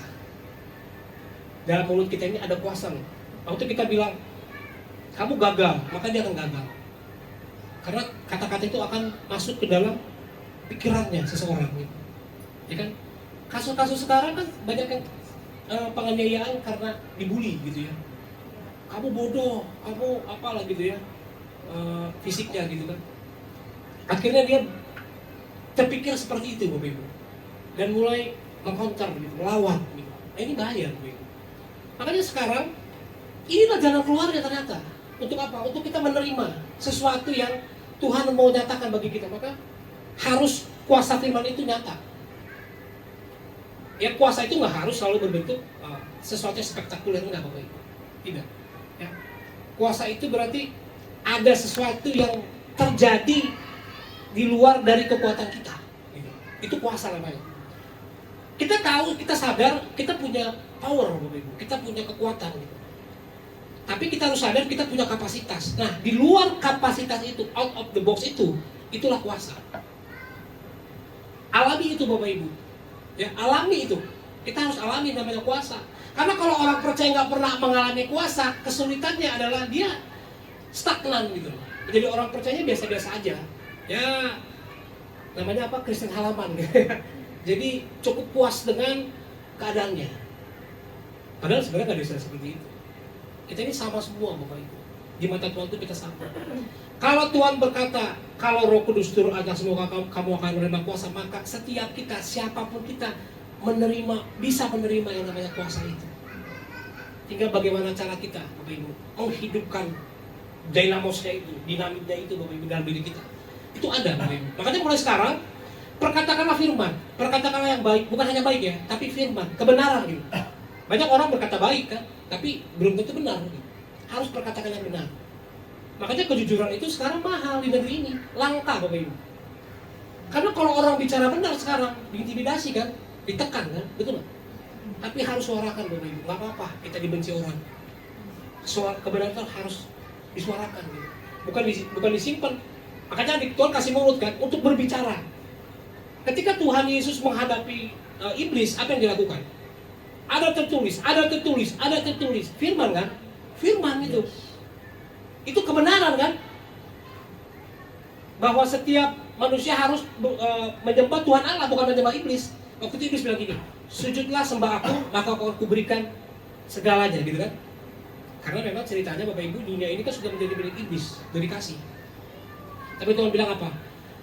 Ada tertulis manusia harus menyembah Tuhan Allah, kata. Ada tertulis. Nah, jadi kalau pemahaman kita, pengenalan kita tentang firman dangkal Bapak Ibu, kita nggak mau belajar, benar-benar belajar gitu. Jadi gereja ini Bapak Ibu, gereja ini tugasnya apa? Mendampingi kita, mengarahkan kita. Gereja tidak bertanggung jawab sepenuhnya kita secara pribadi menerima sesuatu yang Tuhan mau kasih. Gereja mengarahkan kita, makanya bersyukur dengan persekutuan. Kenapa? Di sinilah kita diarahkan. Karena kita nggak bisa mengarahkan diri kita sendiri, nggak ada ceritanya. Gereja itu lahir dari Yesus sendiri berkata kepada Petrus, akan kubangun jemaatku, kudirikan jemaatku. Untuk apa? Kita dididik, diarahkan. Karena nggak ada yang tahu jalan Bapak Ibu. Jalannya itu, aduh, ini aja Yesus bawa murid-muridnya kan ke tengah danau kan, mau kemana gitu. Tapi murid-muridnya ikut aja, ikut. Di tengah danau itu kan terjadi goncangan gitu. Artinya Bapak Ibu, kita nggak tahu jalan kita ini selalu lurus kah, belok kiri, belok kanan, kita nggak tahu. Yesus bilang gini, kemanapun aku pergi, disitulah kita akan pergi. Jadi artinya kalau kita pengikut Kristus Bapak Ibu, kemanapun Yesus pergi, kita ikut. Mau ke lembah kekelaman nggak apa-apa, yang penting ada Yesusnya. Jangan sampai kita masuk lembah kekelaman nggak ada Yesus, waduh bahaya Bapak Ibu. Stres, depresi, frustasi, akhirnya bunuh diri. Banyak orang sekarang kehilangan jiwa, ya tubuhnya. Sayang ya. Kita kan kalau kita berkaca kepada diri kita, bersyukur kita dikasih kesempatan untuk hidup. Jadi kita nggak boleh iri sama orang lain yang hidupnya mungkin lebih baik daripada kita. Enggak Bapak Ibu. Mungkin kita kadang melihat, wah kayaknya enak banget jadi dia gitu. Belum tentu Bapak Ibu. Apalagi di media sosial palsu semua itu. Di baliknya itu ternyata mereka harus berjuang juga sama dengan kita. Intinya ada Tuhan atau enggak, itu aja. Kalau ada Tuhan, ada damai sejahtera yang bisa mengontrol kita. Kalau ada damai sejahtera, lihat, wah mau goncangan seperti apapun juga mereka tetap tenang. Orang Tuhan yang ada di situ, ketika dia bilang diam dan tenanglah, dalam bahasa Yunaninya itu dibungkam Bapak Ibu. Alkitab nggak mencatat pelan-pelan reda, langsung reda dapat badainya gitu. Artinya ada kuasa. Di dalam diri kita pun ada Bapak Ibu. Hari ini kita harus berkata kepada badai-badai itu, silakan kau datang, tidak masalah, karena ada Kristus bersamaku. Kita akan mampu melewati badai-badai itu selama masih ada Kristus. Next slide. Markus 4 ayat 39, diam, tenanglah. Satu kalimat Yesus menghentikan badai. Satu kalimat yang bisa menghentikan badai. Yang terakhir Bapak Ibu, damai sejahtera bertumbuh melalui iman. Ini penting. Damai sejahtera itu nggak tiba-tiba lantas langsung ada, tidak. Ya, dia memberikan damai sejahtera, betul, damai sejahtera kepada kita. Tapi kan harus bertumbuh, Bapak Ibu. Karena damai sejahtera itu bisa grafiknya bisa naik turun, betul nggak? Sekarang kita misalkan lagi bad mood, lagi ada banyak masalah gitu, sama orang aja nggak mau ngomong gitu kan dan sebagainya. Tapi bukan berarti damai sejahtera hilang, cuma nggak penuh aja. Ketika kita mengingat kembali Tuhan melalui firman, iman kita muncul. Waktu iman kita muncul, kita diterima aliran yang dialirkan oleh Tuhan, damai sejahtera itu, sehingga damai sejahtera menguasai hidup kita. Betul nggak Bapak Ibu? Sehingga ada masalah apapun, kita menyikapinya berbeda. Ini yang penting Bapak Ibu. Jadi perbedaan kita dengan mereka yang tidak mengenal Tuhan adalah bagaimana cara kita menyikapi setiap masalah yang ada. Amin? Beda, itu beda. Kita dengan cara yang elegan Bapak Ibu. Tuhan mengajarkan kita dengan cara yang elegan. Tuhan tidak mengajarkan kita ya untuk lari dari badai, tidak. Kalau Tuhan tahu murid-muridnya nggak harus kena badai, Tuhan nggak akan mungkin ngajak mereka, betul nggak? Nggak mungkin bertolak ke belakang seberang, nggak mungkin. Tuhan tahu, dia Tuhan, dia ajak, justru dia ajak mereka lewati, menyeberang, karena dia tahu Jadi artinya Yesus sedang mengajarkan kita untuk menghadapi masalah. Betul kan? Kita ini ditakdirkan sebagai prajurit, Bapak Ibu. Alkitab bilang apa? Kita ini seperti prajurit. Cuman bedanya nggak punya pangkat aja, nggak punya pakaiannya gitu kan. Tapi di dalam Alkitab dikatakan apa? Kita diperlengkapi dengan senjata rohani. Ada tameng sebagai iman, perisai iman. Tapi bukan tameng aja. Kalau tamengnya aja kan defense terus, bertahan terus kan. Kapan kita mau nyerang gitu. Alkitab bilang kita dikasih pedang ternyata. Nah, kuasa inilah pedang, Bapak Ibu. Kalau nggak ada pedang, nggak ada kuasa, itu nggak bisa kita mengalahkan yang namanya masalah. Kan harus ada pedangnya, bukan defense terus. Masa kita selama hidup bertahan aja susah terus gitu, mengalami masalah pergumulan terus? Enggak dong. Ada masanya kita lepas dari badai itu dan akan masuk kepada badai-badai berikutnya sampai kita dipanggil Tuhan.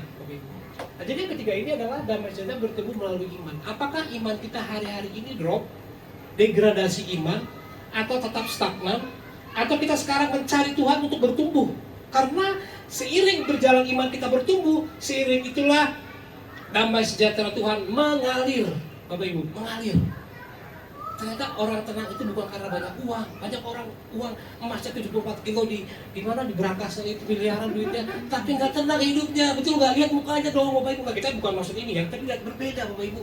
Tapi ada orang Kristen yang hidupnya mungkin kontras 1 petak 3 kali 4 meter, yang makan nggak makan anak-anaknya, tapi masih bersuka cita dalam sejahtera karena ada Tuhan gitu. Oh, itu biasa, beda itu. Kualitasnya beda. Beda, Bapak Ibu. Nggak masalah kita hidup susah. Ya kita harus berjuang juga supaya ekonomi kita membaik. Berdoa dan bekerja. Ela etlah ora. Ya. Tuhan ajarkan itu kan. Bukan hanya mengajarkan doa-doa terus seharian juga doa, kalau nggak bekerja ada berkatnya gitu kan. Jadi Bapak Ibu ternyata persoalannya terletak di dalam internal kita, inner life kita. Nggak apa-apa ada badai di luar. Tuhan bilang gini, kita nggak bisa melarang burung terbang bebas, burung terbang bebas ya. Tapi kita bisa melarang burung itu terbang atau hinggap di kepala kita bisa kepak dia tuh, usir dia. Artinya Bapak Ibu, masalah itu bisa ada kapanpun, nggak masalah. Jangan takut dengan masalah, amin. Jangan takut, kita nggak diajarkan untuk takut Bapak Ibu, menghindar dari masalah, nggak.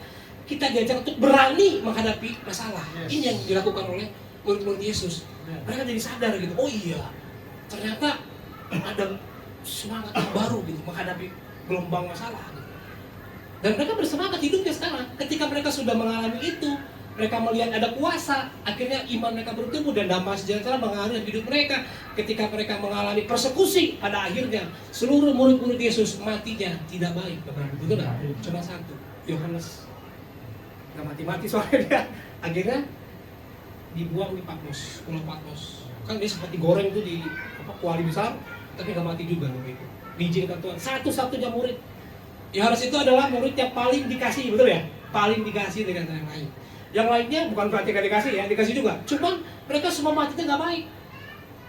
Kalau mereka nggak ngalamin damai sejahtera, wah nggak mungkin sedekat itu Bapak Ibu. Berjalan ke Afrika, berjalan ke Eropa, berjalan ke Asia dan sebagainya. Wah nggak ada keberanian. Yang menuntun mereka untuk berani menghadapi masalah pada saat itu ya, masalahnya berbeda, badainya berbeda. Adalah damai sejahtera dan sukacita itu. Makanya waktu Stefanus dilemparin batu, dia sesenyum. Sakit secara manusia Bapak Ibu. Tapi karena damai sejahtera itu turun, dia senyum dilemparin batu, bayangin senyum. Siapa yang dilemparin batu senyum? Dia doang kali ya. Hebat Bapak Ibu. Stefanus dilempar batu, dirajam. Dia senyum sambil melihat menghadap ke langit kan. Dan dia melihat ada Yesus. Wah luar biasa. Itu karena damai sejahtera itu. Kalau nggak ada damai sejahtera, sakit kan dia. Langsung kabur gitu kan, langsung lari gitu. Dia nggak. Wah, Bapak Ibu, ternyata levelnya damai sejahtera lebih tinggi. Nah, disitulah kita sekarang sedang mengejar itu. Bagaimana caranya? Harus bertumbuh lewat iman. Karena damai sejahtera itu nggak murahan. Amin. Damai sejahtera itu nggak murahan. Itulah karakteristik Allah. Bayangin Tuhan kasih 9 buah roh. 9. Itu hartanya dia Bapak Ibu. Tuhan nggak kasih harta warisan tanah, nggak. Tuhan nggak peduli dengan itu. Tuhan nggak peduli dengan kekayaan kita. Tuhan nggak peduli jabatan kita. Tuhan pedulikan apakah buah roh itu melekat di dalam diri kita. Karena itu modal hidup. Kalau kita punya itu nggak masalah, nggak punya uang sekarang. Besok lusa kita masih bisa punya kesempatan untuk bisa cari uang, Bapak Ibu. Betul nggak? Yang penting damai sejahtera hilang. Jangan sampai hilang. Gak apa-apa duit kita hilang. Banyak duit hilang dipakai. Karena masalah ini kan. Ada yang taruh di Jiwasraya dan sebagainya, apalagi tuh Bumi Putra. Ada jemaat kita juga Bapak Ibu udah taruh berapa juta, iya. Jemaat kita tuh ada yang sudah puluhan juta.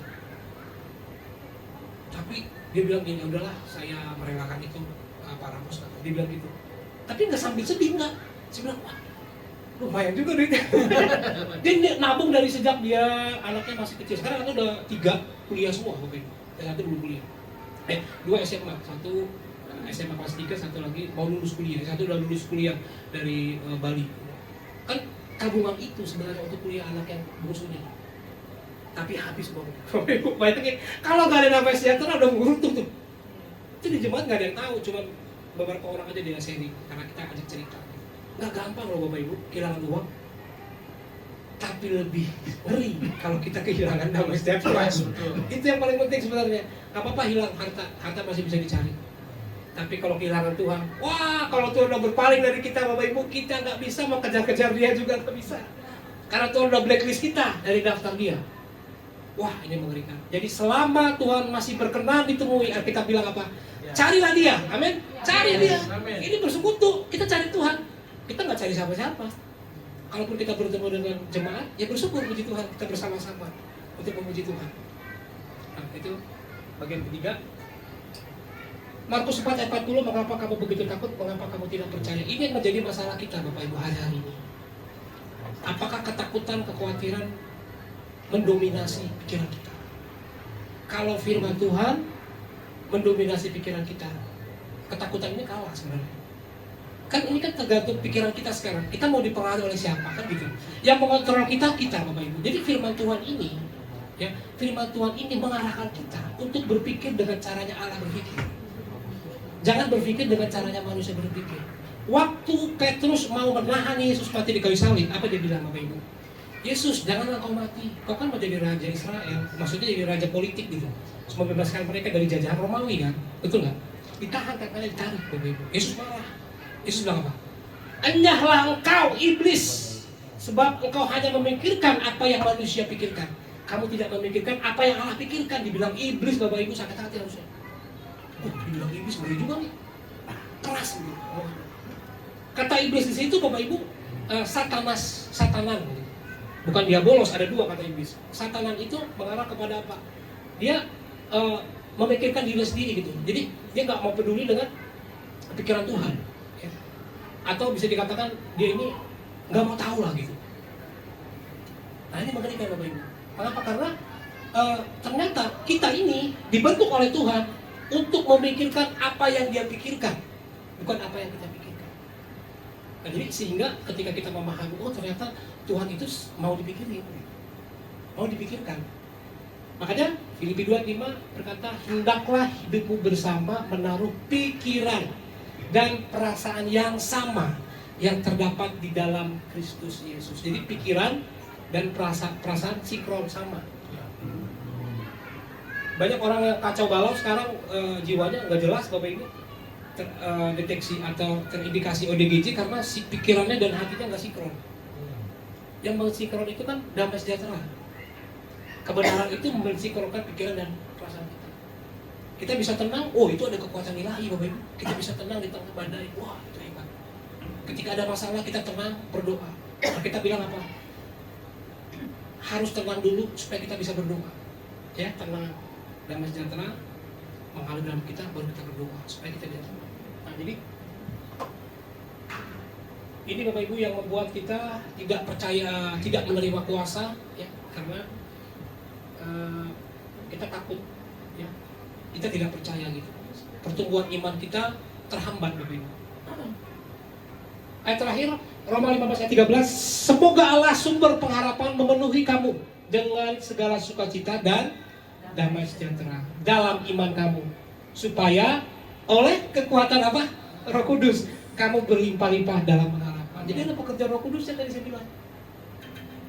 Jadi pekerjaan Roh Kudus untuk memenuhi kita dengan kasih Tuhan gitu, melalui damai sejahtera. Karena kita ini Bapak Ibu adalah manusia lemah sebenarnya.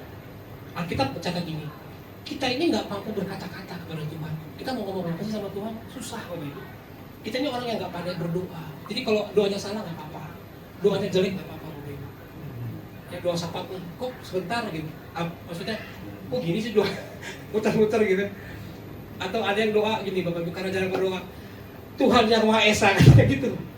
Ada tuh pertama kali disuruh berdoa dia bilang gitu, Tuhan yang Maha Esa. Orang langsung kaget, Tuhan yang Maha Esa. Gak masalah, gak apa-apa Bapak Ibu. Karena belajar proses pengenalan Tuhan kan. Ketika kita, oh iya, kita baru belajar, baru sadar, oh iya ternyata benar. Ada pekerjaan Roh Kudus. Roh Kudus bilang gini, Firman Tuhan bilang gini, Roh Kuduslah yang menyampaikan keluhan-keluhan kita kepada Allah, betul nggak? Jadi Roh Kudus ini mengingatkan kita, wah hebat. Alkitab ini luar biasa Bapak Ibu. Jadi kekristenan ini kita ngerti, oh ternyata disitulah fungsinya Tritunggal.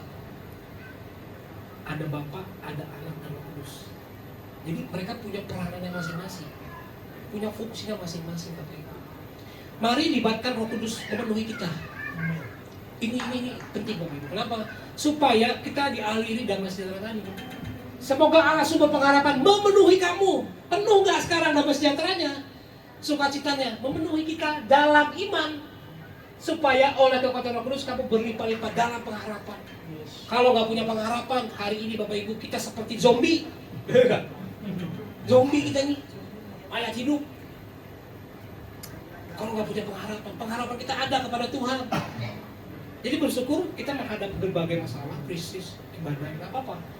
Yang pasti kita bersama dengan Tuhan yang menjalani semuanya. Amin buat firman Tuhan pada malam hari ini, biar kiranya membuat kita semakin kuat Bapak Ibu menghadapi badai-badai krisis-krisis yang kita hadapi ke depan. Karena percayalah bahwa kita sebenarnya tidak akan pernah kuat. Ya sehebat apapun kita, sekuat apapun kita, sebenarnya kita manusia lemah. Makanya cerita ini menggambarkan bahwa murid-murid Yesus yang ahli, ya, yang profesional di dalam melayani, ternyata ketika menghadapi badai yang berat, yang besar, mereka takut juga sebagai manusia. Sehingga mereka membangunkan Yesus. Kita bisa melihat bahwa ternyata manusia sejatinya membutuhkan Tuhan. Jangan lari dari masalah, tapi biarlah melalui masalah kita semakin bertumbuh. Amin Bapak Ibu. Kita akan pujian bukan dengan kekuatanku.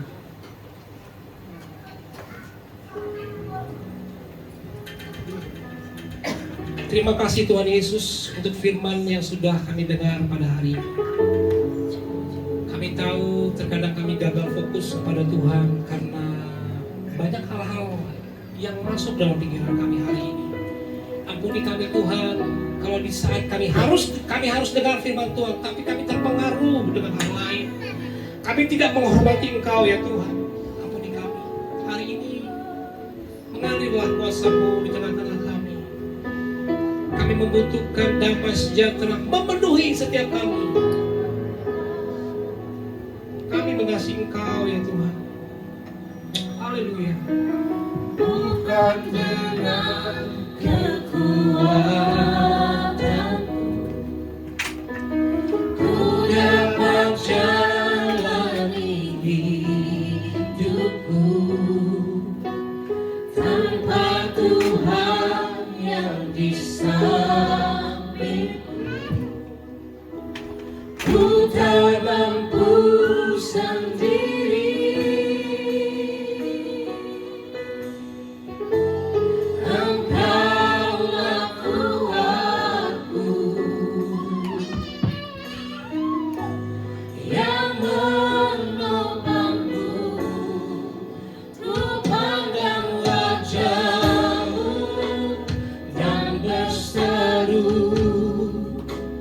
Pertolonganku datang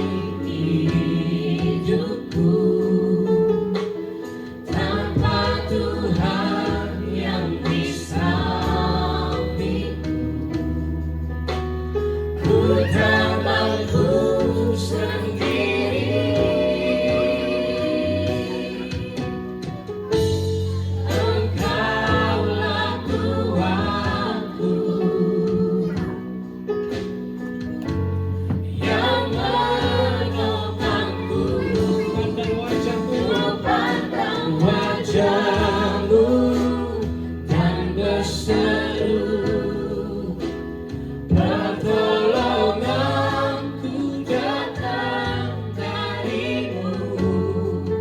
Peganglah tanganku, jangan lepaskan. Kaulah harapan dalam hidup. Pandang wajahmu, ku pandang wajahmu dan berseru, pertolonganku datang darimu. Mari kita siapkan hati kita, kita menerima perjamuan. Jangan lepaskan, kaulah harapan dalam hidupku. Ku pandang wajahmu dan berseru, pertolonganku datang darimu. Peganglah tanganku, jangan lepaskan. Kaulah harapan dalam hidup. Kaulah harapan dalam hidupku. Kaulah harapan. Kaulah harapan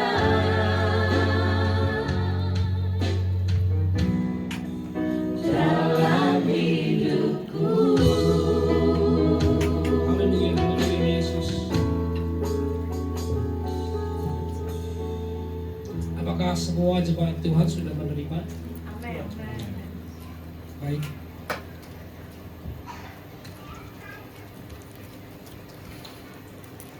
Mari kita bangkit berdiri, Bapak Ibu yang dikasihi Tuhan.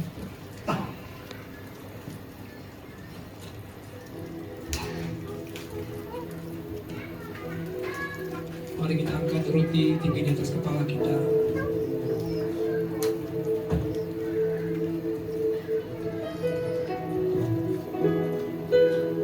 Bukankah roti yang kita pecah-pecahkan ini adalah persekutuan dengan tubuh Kristus? 1 Korintus 11 ayat 23-24. Sebab apa yang telah kuteruskan kepadamu telah aku terima dari Tuhan, yaitu bahwa Tuhan Yesus pada malam waktu ia diserahkan mengambil roti, dan sesudah itu ia mengucap syukur atasnya, ia memecah-pecahkannya dan berkata, inilah tubuhku yang diserahkan bagi kamu, perbuatlah ini menjadi peringatan akan aku. Kalau kita mengimani firman ini, mari kita makan di dalam nama Tuhan Yesus.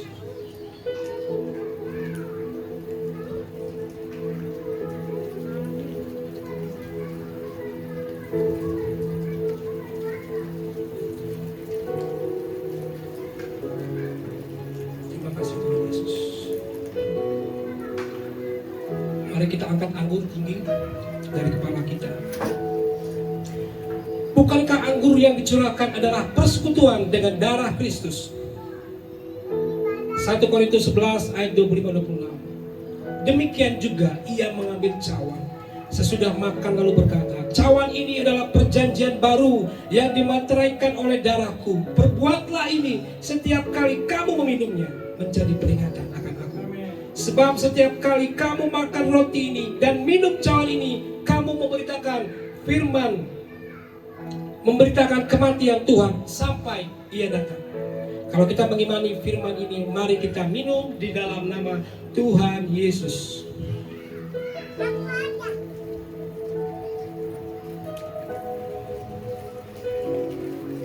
Terima kasih Tuhan Yesus.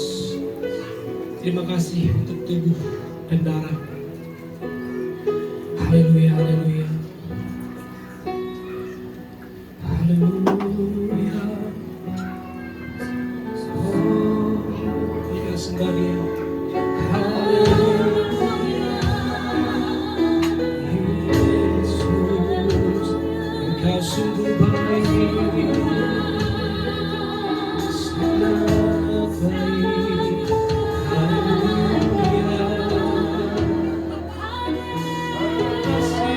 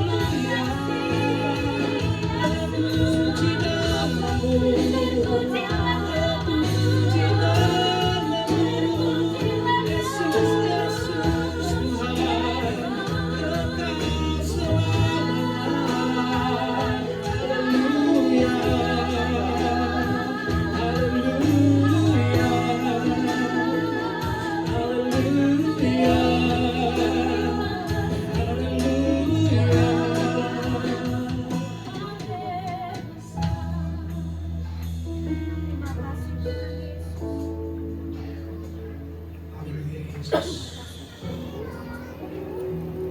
Kupandang wajahmu. Kupandang wajahmu dan berseru, pertolonganku datang darimu. Peganglah tanganku, jangan lepaskan. Kaulah harapan dalam hidupku. Ku pandang wajahmu dan berseru, pertolonganku datang darimu. Kami percaya pertolongan Tuhan datang pada waktunya bagi setiap kami yang cepat Tuhan di tempat ini Tuhan. Kaulah harapan dalam kami memandang wajahmu Tuhan. Ku pandang wajahmu dan berseru, pertolonganku datang darimu. Peganglah tanganku, jangan lepaskan.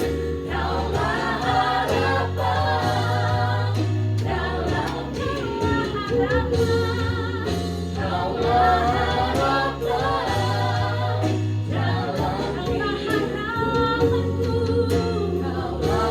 harapan dalam hidupku.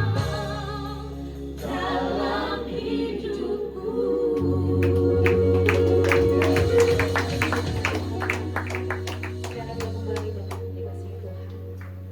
Firman Tuhan yang sangat dahsyat dan luar biasa. Terima kasih Pak untuk firman Tuhan. Tuhan Yesus memberkati dalam pelayanan, dalam keluarga, dalam pekerjaan. Amin. Tuhan memberkati. Dan Tuhan memberkati kita semua jemaat kerja kita pada saat ini. Dan kita mau memberikan persembahan yang kedua. Sebelum memberi, kita mau bersatu hati di dalam doa. Kita berdoa. Kami mengucap syukur Tuhan buat firman Tuhan yang sudah kami dengar Tuhan, yang begitu indah yang disampaikan oleh Pendeta Ramos Tuhan. Kiranya firman Tuhan itu boleh menjadi rema bagi hidup kami Tuhan Yesus sehari-hari. Biar damai sejahtera lekat di hati kami Tuhan. Sementara kami ingin memberikan persembahan kami yang terbaik ya Tuhan, untuk kemuliaan nama Tuhan, untuk persembahan diakon. Kiranya kami memberikan dengan tulus ikhlas hati Tuhan. Kami percaya Engkau lebih dahulu sudah memberkati kami Tuhan. Terima kasih Bapa, di dalam nama Yesus kami berucap syukur. Haleluya. Amin. Selamat memberi, Tuhan Yesus memberkati. Kita juga akan datang ke Tuhan.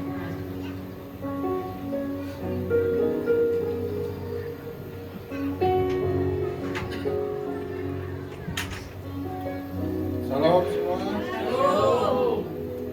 Terima kasih sudah beribadah bersama-sama kami di tempat ini. Berikut saya mau menyampaikan pengumuman Gas Community. Ibadah raya diselenggarakan setiap hari Minggu di tempat ini jam 17.45. Terus ibadah Yud akan diselenggarakan tanggal 8 Agustus di tempat ini jam 5 sore. Tanggal 28 ada ibadah keluarga di rumah Bapak Yosef di Bukit Master jam 7 malam.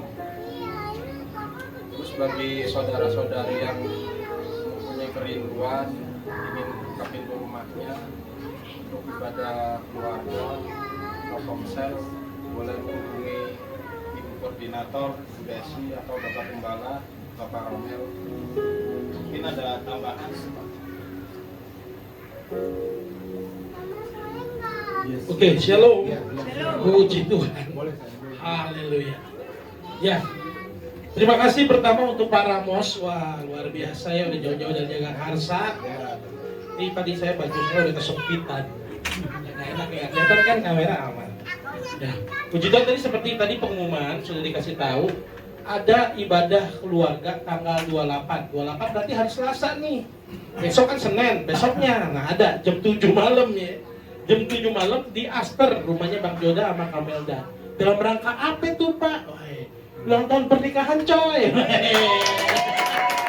Mantap loh. Yang keberapa ya Bang?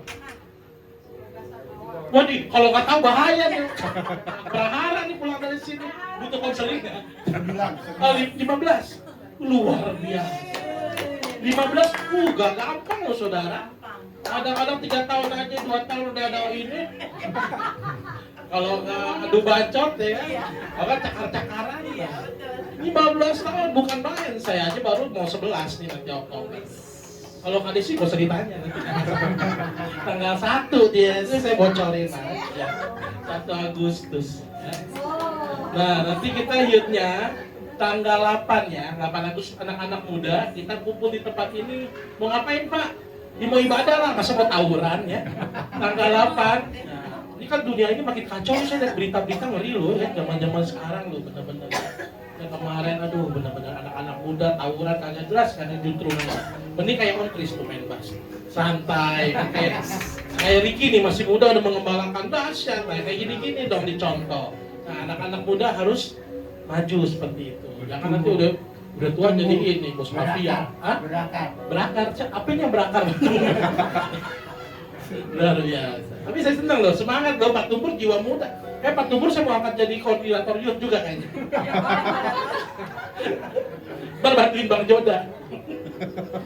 Boleh nih. Nanti Pak Tumpur katanya mau acara anak muda dia usul katanya saya mau nge-gym Pak anak muda semua termasuk kembanganya. Saya ajak olahraga, jalan sama saya secitra. Dahsyat mantap ya. Luar biasa. Ini ada pengumuman lagi, tanggal bulan Agustus ini kita cukup padat ya Bapak Ibu Saudara. Nanti rencana tanggal 15, saya rencana nggak tahu tanggal 15 atau 16. Sebenarnya ada ulang tahun kita yang kedua. Nah persekutuan kita ini udah 2 tahun, tanggal 10 Agustus. Nah nanti akan diumumkan kita tempatnya di mana kita lagi cari-cari nih. Kayaknya nggak mungkin kalau di sini. Kita kemarin aja udah kagak muat, ya kan? Kayaknya kalau susah juga ya. Mau di mana ya? Nah, saya kemarin lagi lewat tuh di Citra Indah, itu kan ada aula baru ya, ada aula baru tapi di masjid. Saya belum nanya sih. Ada tulisannya aula bener ruang serbaguna disewakan, tapi di masjid. Tapi saya mau nanya deh, siapa tahu boleh sama gembala masjidnya ya. Iya. Coba tanya dulu ya kan. Bilangnya gini Pak, simbol toleransi lah.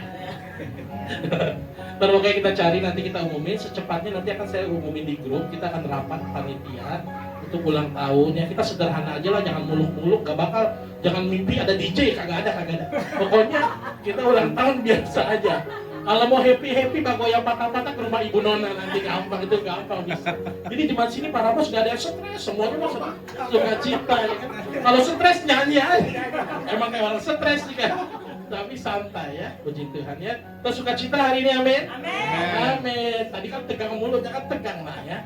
Puji Tuhan ya. Begitu pengumuman dari saya. Oh iya, bulan Agustus saya mau mengadakan nih untuk anak-anak muda, untuk orang tua juga boleh. Yang mau pelatihan musik daftar ya. Nanti saya akan bikin di grup. Mau latihan apa? Misalnya saya mau latihan drum. Nanti itu pelatihannya setiap hari Rabu, mulai Agustus nih. Setiap hari Rabu dimulai kelasnya dari jam 5 sore sampai jam 8 malam. Tapi bukan satu kelas, enggak. Pokoknya per kelas tuh 30 menit. 30 menit kalau satu kelas main gitar dari jam 5 sampai jam 9 mabok juga. 30 menit, 30 menit. Jadi ada yang gitar, ada yang bass, ada yang drum, ya kan? Terus sama apa? Keyboard. Tapi jangan nanya sama saya ada nari ronggeng apa? Kagak ada. Gurunya belum nemu masalahnya kan. Atau main angklung saya nggak bisa ya kan.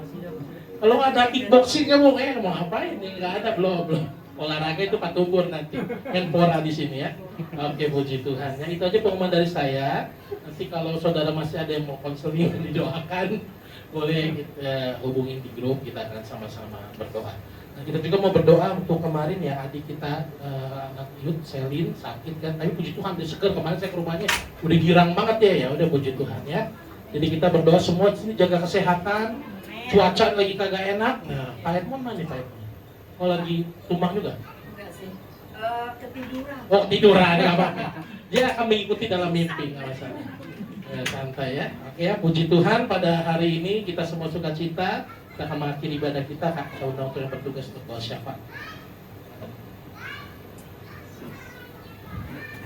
Mari kita berdoa.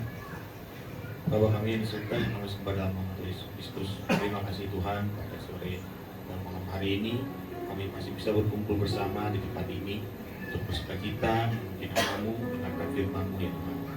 Tuhan, kami tidak lupa berdoa untuk hamba-Mu, Pendeta Ramos yang sudah membawakan firman-Mu hari ini. Kiranya firman yang dibawakan dapat memberkati hati kami, menjadi rema dan kehidupan kami. Kami berkati juga Pendeta Ramos dalam pelayanannya, dimanapun dia melayani ya Tuhan. Kiranya makin banyak jiwa-jiwa yang berselamat. Yesus, kami berkati juga kehidupannya, keluarganya, pekerjaannya, membuat berhasilnya Tuhan naik sehingga beliau bisa terus bersemangat dalam pelayanan untuk memuliakan nama. Tuhan Yesus, tidak lupa juga kami berdoa untuk firman yang hari ini kami terima, kau mengajarkan pada kami untuk berkata pada diri kami sendiri apakah seberapa besar kami sudah percaya kepada Engkau ya Tuhan, seberapa kuat iman kami akan Engkau ya Tuhan Yesus. Firman-Mu mengajarkan kepada kami bahwa sebesar apapun badai yang ada di depan kami, badai kehidupan yang kami ada di tengah-tengahnya, kami tidak akan goyah, kami tidak akan takut selama Engkau bersama kami Tuhan. Dan iman percaya kami ya Tuhan, bahwa kami bisa melewati semua badai kehidupan ini hanya dengan berserah kepada-Mu Tuhan Yesus. Terima kasih Tuhan. Juga berdoa untuk anak-anak kami dan masih muda sekarang ya Tuhan, dengan pergaulan sekarang di luar sana yang sangat mengerikan. Kiranya memberkati anak-anak kami generasi muda ini untuk memiliki iman percaya kepada-Mu, sehingga mereka bisa menjalani kehidupannya sesuai dengan koridor, dengan apa yang Kau ajarkan, apa yang tidak boleh dan tidak boleh mereka lakukan ya Tuhan, sehingga mereka bisa menjadi terang di sekitarnya dan menjadi garam Tuhan. Tidak lupa juga kami berdoa untuk semua saudara-saudara terkasih kami yang belum bisa hadir di tempat ini untuk berkumpul bersama-sama. Apapun permasalahan yang mereka hadapi, jika ada yang sakit, ada yang sedang mengalami goyah iman, Tuhan Yesus yang pulihkan, Tuhan Yesus yang berikan kesembuhan, Tuhan Yesus yang juga menghibur jika di antara mereka ada yang dalam kesedihan ya Tuhan. Terima kasih ya Tuhan. Kami juga berdoa untuk gereja kami ini, komunitas kami, Bless Community ya Tuhan Yesus, yang akan segera genap berusia 2 tahun. Tuhan Yesus selalu mengiringi perjalanan komunitas kami ini dalam segala kondisi. Kiranya komunitas ini bisa terus bertumbuh makin besar ya Tuhan. Di dalamnya juga kami saling kompak, kami saling support satu sama lain, saling mengasihi satu sama lain, sehingga kami bisa menjadi komunitas yang mencerminkan kehidupan kekristenan ya Tuhan Yesus. Tidak lupa juga kami berdoa ya Tuhan, kiranya kami mengintikan mempunyai bangunan gereja tersendiri ya Tuhan Yesus. Kiranya kami tidak putus berdoa sehingga kami bisa memiliki gedung ibadah yang permanen yang bisa kami tempati untuk beribadah secara leluasa ya Tuhan, tanpa khawatir dengan kondisi sekitar kami Tuhan Yesus. Tuhan, terakhir kami juga berdoa untuk bangsa dan negara ini, tempat di mana kami tinggal ya Tuhan. Berkati pemerintahan yang sekarang ini, kiranya pemerintah kami adalah orang-orang yang takut akan Engkau, sehingga mereka bisa memimpin bangsa ini dengan adil. Sebelum kita mengakhiri ibadah kita, mari kita sama-sama angkat doa. Bapa kami yang di surga, kuduskanlah nama-Mu, datanglah kerajaan-Mu, jadilah kehendak-Mu di bumi seperti di surga. Berikanlah kami pada hari ini makanan kami yang secukupnya, ampunilah kami akan kesalahan kami, seperti kami juga mengampuni orang yang bersalah kepada kami. Dan janganlah bawa kami dalam pencobaan, tapi lepaskanlah kami daripada itu. Tuhan punya kerajaan dan kuasa dan kemuliaan sampai